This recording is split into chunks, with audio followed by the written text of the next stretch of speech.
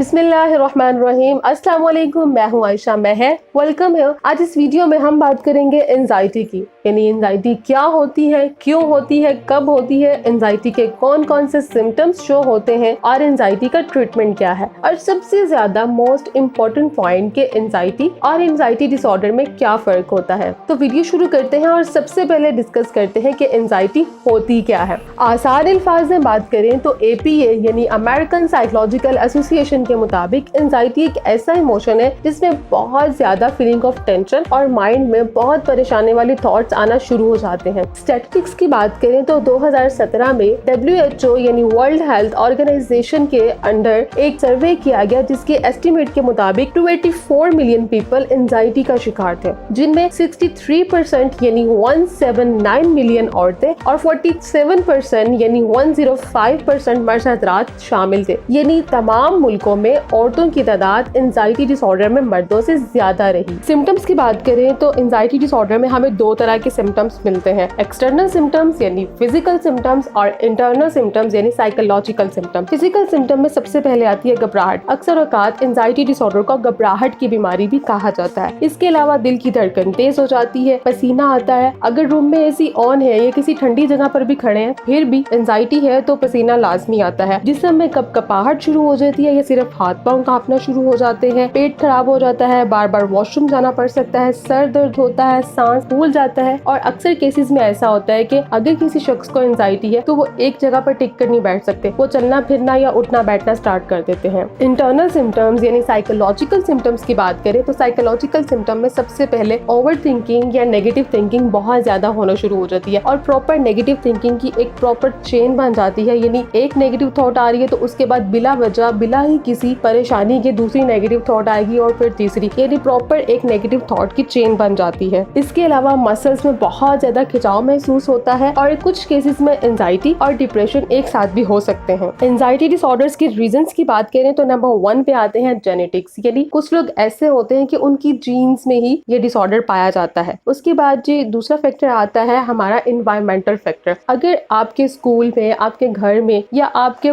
माहौल में कहीं पर ऐसे लोग हैं जिनको आपने देखा है कि वो अक्सर ही एंजाइटी से सफर कर रहे होते हैं तो आपको भी एंजाइटी हो सकती है। नंबर 3 पे जो फैक्टर आता है वो है न्यूरोकेमिकल, यानी हमारे ब्रेन के जो केमिकल है अगर वो भी इनबैलेंस होते हैं, जैसे कि सेरोटोनिन, अगर वो इनबैलेंस होता है तो फिर भी एंजाइटी हो सकती है। नंबर 4 पे आते हैं पर्सनालिटी ट्रेट्स, यानी कुछ लोग ऐसे होते हैं कि उनकी पर्सनालिटी ही ऐसी होती है कि उन्हें एंजाइटी डिसऑर्डर हो सकता है, और इनमें वो लोग शामिल होते हैं जो लोग वक्त गुजरने के साथ या टाइम के साथ साथ चेंज को एक्सेप्ट नहीं करते और इसीलिए उनकी पर्सनालिटी में एंजाइटी डिसऑर्डर ऐड हो जाता है। और लास्ट पे आता है कोई भी आपकी लाइफ का ट्रॉमेटिक इवेंट, यानी कोई ऐसा हादसा या ऐसा वाकया जिसने आपकी सोच के ऊपर बहुत गहरा असर छोड़ा हो, उसकी वजह से भी आपको एंजाइटी हो सकती है। अब बात कर लेते हैं एंजाइटी डिसऑर्डर की टाइप्स की, यानी एंजाइटी डिसऑर्डर की कितनी टाइप्स होती हैं। लेकिन उससे पहले मैं एक बहुत ही इंपॉर्टेंट बात समझाना चाहूंगी कि इस वीडियो में अभी मैंने जितने भी सिम्टम्स आपके साथ डिस्कस किए हैं, अगर किसी को ये सिम्टम्स या इसमें से कुछ सिम्टम्स कभी कभार शो होते हैं, जैसे कि अगर किसी के एग्जाम है या आपको कहीं पर पहुंचना है, उससे पहले आपको ये सिम्टम्स थोड़े बहुत कभी कभार शो होते हैं, तो आप कह सकते हैं कि मुझे एंजाइटी फील होती है कभी कभार, विच इज वेरी नॉर्मल। लेकिन अगर यही सिम्टम्स आपको एक खास टाइम ड्यूरेशन तक प्रेजेंट रहते हैं आपके अंदर, देन यू कैन से कि मुझे एंजाइटी डिसऑर्डर है, और तब भी आप किसी साइकोलॉजिस्ट या साइकाइट्रिस्ट के पास जाएंगे और तब वो आपको डायग्नोस करेगा कि आपको एंजाइटी डिसऑर्डर है और आपको एंजाइटी डिसऑर्डर की कौन सी टाइप है, तब आप कह सकते हैं कि मुझे एंजाइटी डिसऑर्डर है। हम लोगों का मसला क्या होता है कि जरा सा थोड़ा सा मसला हो जाए तो हम खुद ही अपने आप को डायग्नोस कर देते हैं कि मुझे एंजाइटी डिसऑर्डर है या फलाना डिसऑर्डर है। एंजाइटी डिसऑर्डर की टाइप्स की बात करें तो बेसिक 5 टाइप्स मिलती है हमें एंजाइटी डिसऑर्डर की, जिनमें generalised anxiety disorder, number 2 obsessive compulsive disorder, number 3 panic disorder, number 4 post traumatic stress disorder and number 5 social phobia और सोशल एंजाइटी डिसऑर्डर। इन तमाम टाइप के ऊपर मैं अलग से वीडियो बनाऊंगी और डिटेल से हम इनको किसी और वीडियो में एक्सप्लेन करेंगे। ट्रीटमेंट की बात करें तो हमेशा की तरह मैं यही कहूंगी कि अगर आपको एंजाइटी डिसऑर्डर है तो आपको सबसे पहले साइकोलॉजिस्ट, साइकाइट्रिस्ट या किसी भी मेंटल हेल्थ एक्सपर्ट के पास जाना चाहिए, और वहां से अगर आपको मेडिसिन प्रिस्क्राइब की जाती है तो आपको उन मेडिसिन के कोर्स को फॉलो करना है। इसके अलावा ट्रीटमेंट में थेरेपीज भी प्रोवाइड की जाती हैं, जिनमें CBT यानी कॉग्निटिव बिहेवियरल थेरेपी बहुत ज्यादा इफेक्टिव थेरेपी है।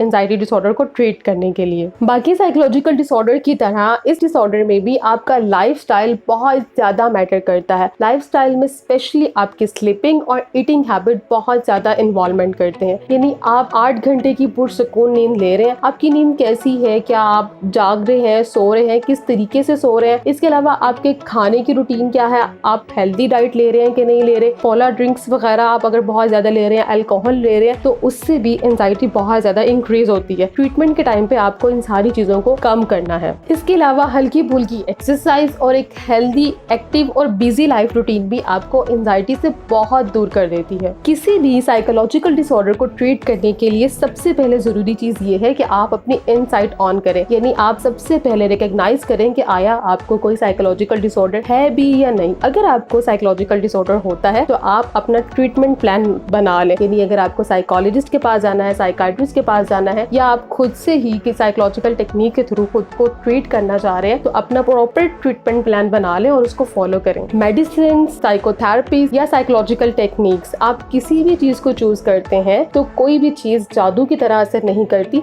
आपकी बीमारी जिस्मानी हो या ज़हनी हो, उसको प्रॉपर ठीक होने में एक स्पेसिफिक टाइम लाजमी लगता है। आई होप ये वीडियो आपके लिए बेनिफिशियल रही होगी। Thank you so much. Allah Hafiz.